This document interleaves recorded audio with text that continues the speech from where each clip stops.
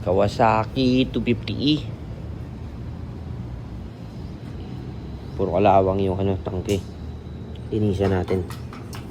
Kasi nagloloko, nagja-jerk.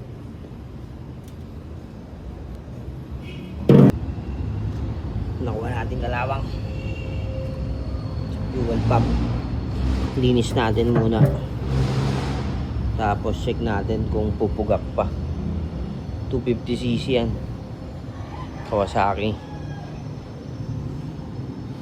Check natin kung okay. Puro kalawang loob. Linis muna. Balikan ko kayo.